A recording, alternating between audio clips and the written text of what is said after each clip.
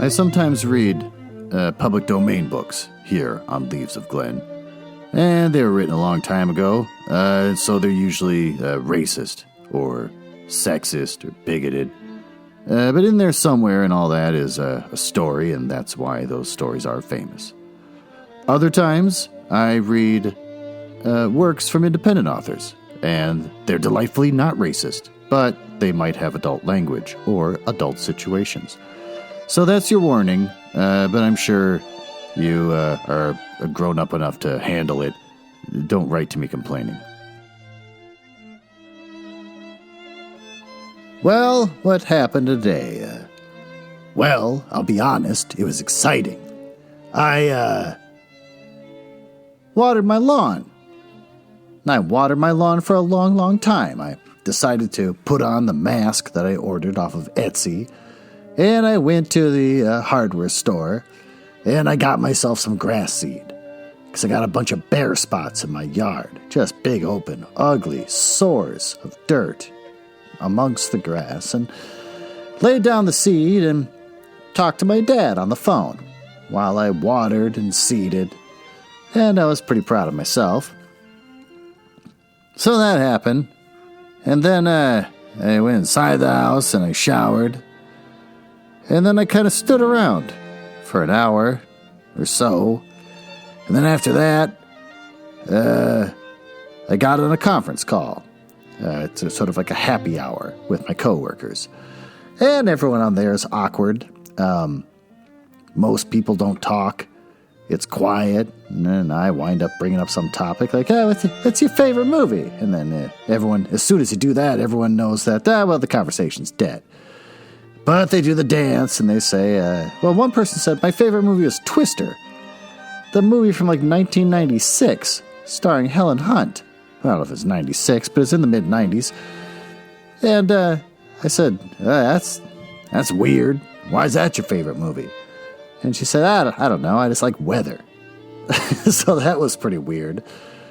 And during that time, we made small talk until eventually everyone found reasons to get off. And I don't understand why people do these online happy hours. No one wants to be there. Or people do want to be there, but it becomes some sort of weird kind of social hierarchy kind of race to find out who can be the first one to get off the line first, and that way show dominance over the others. Like, this party sucks and I'm out of here. So that was my day. After that, texted with a friend at length, and that was pretty much it. And now I'm down here. So that's the life of a man during a pandemic.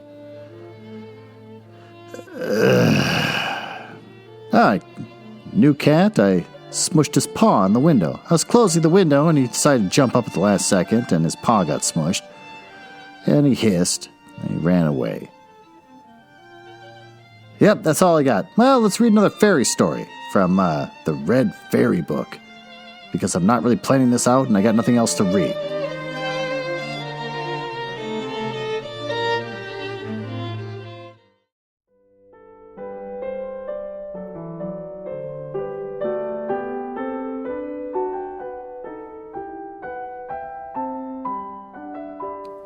Day 3 of the Red Fairy book by Andrew Lang.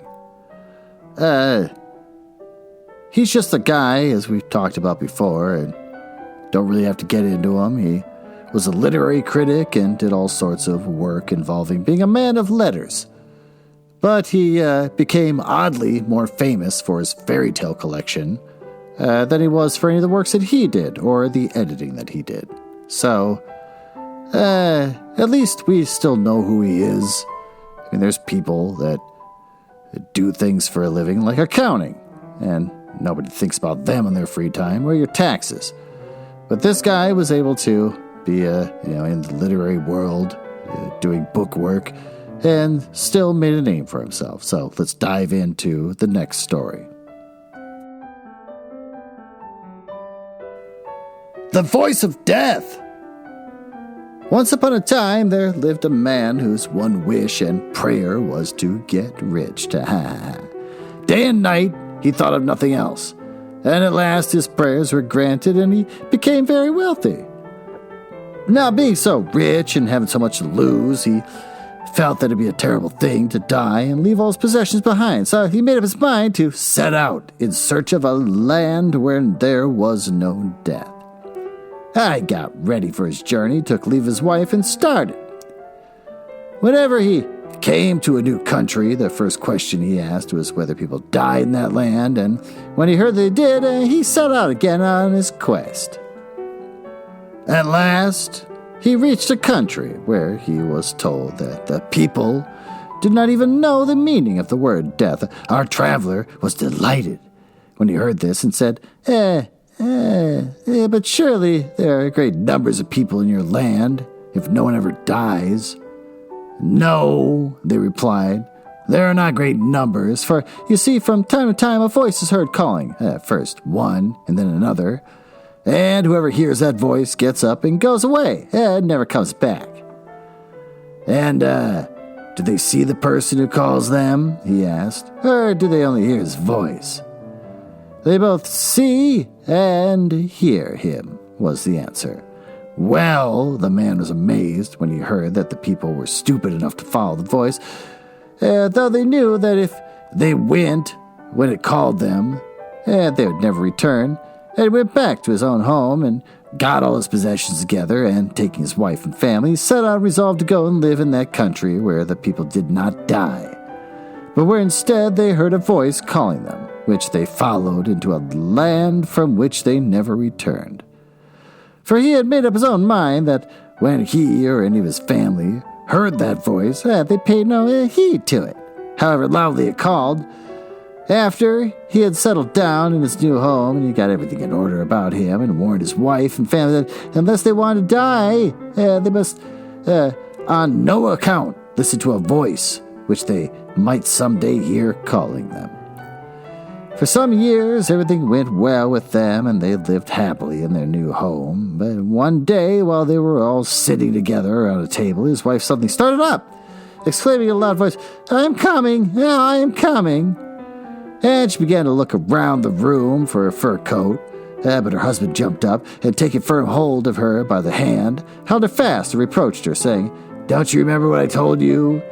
Stay where you are unless you wish to die." "Yeah, but don't you hear that voice calling me?" she answered.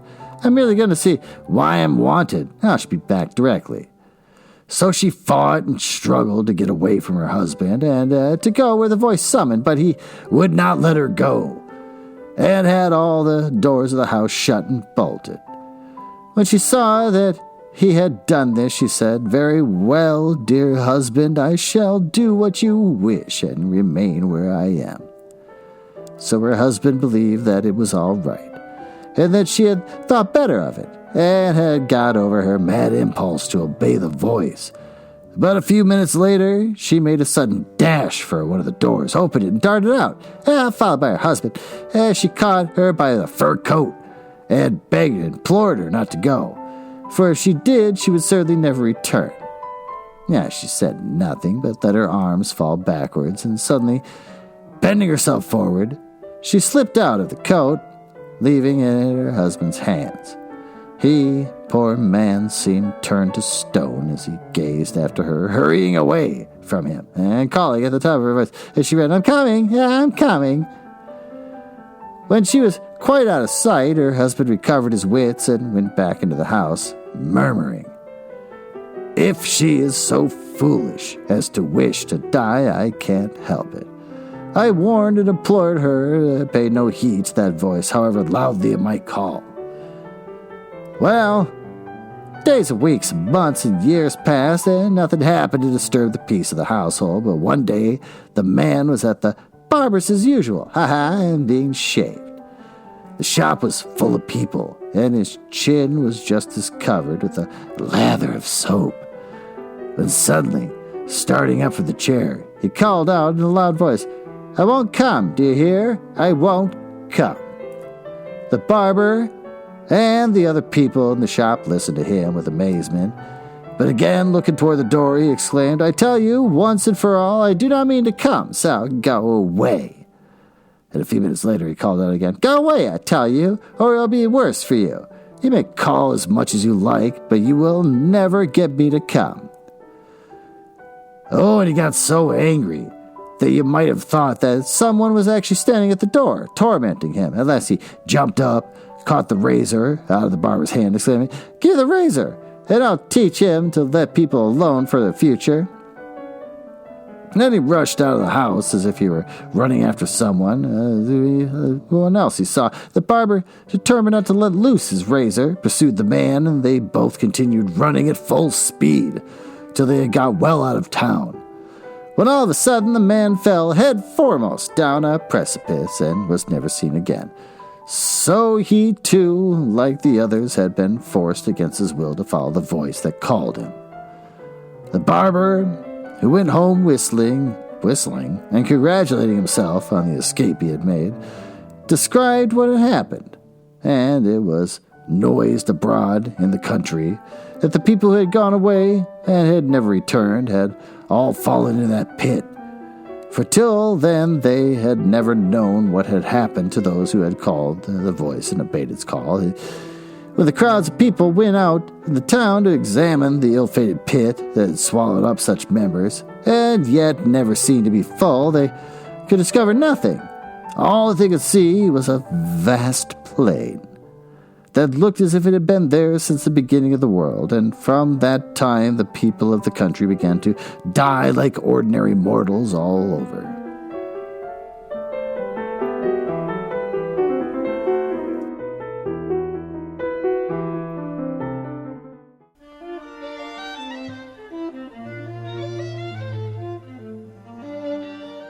Well, what do we learn from this?